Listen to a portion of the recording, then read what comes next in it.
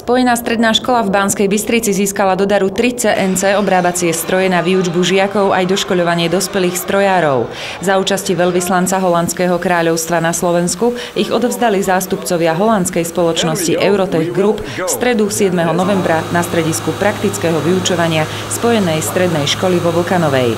3 frézy sú zhruba 8-ročné a ich nadobúdacia cena bola približne 750 000 eur.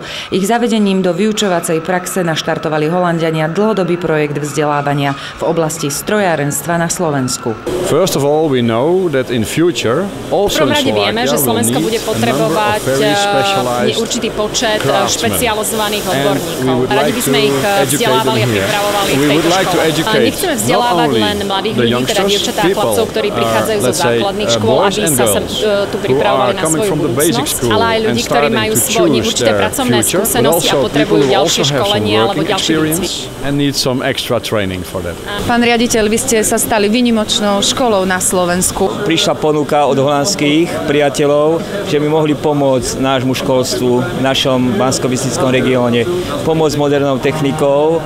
Tie staré stroje jednoducho budeme musieť využívať len na také prvotné základy pochopenia strojového obrábania kovov. Majú už generačné problémy. Generačné problémy v tom, že sú staré 40 až viacej rokov.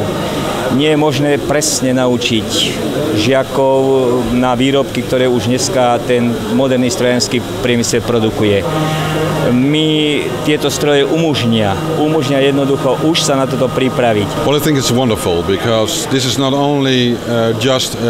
Je to projekt, ktorý prináša obojstranný úžitok, pretože slovenskí mladí ľudia sa môžu pripravovať na škole v odborných profesiách, môžu ísť do Holandska, kde získajú skúsenosti a potom sa vrátia na Slovensko, čiže je to vlastne prínos aj pre Slovensko, aj pre Holandsko, pre obidve strany.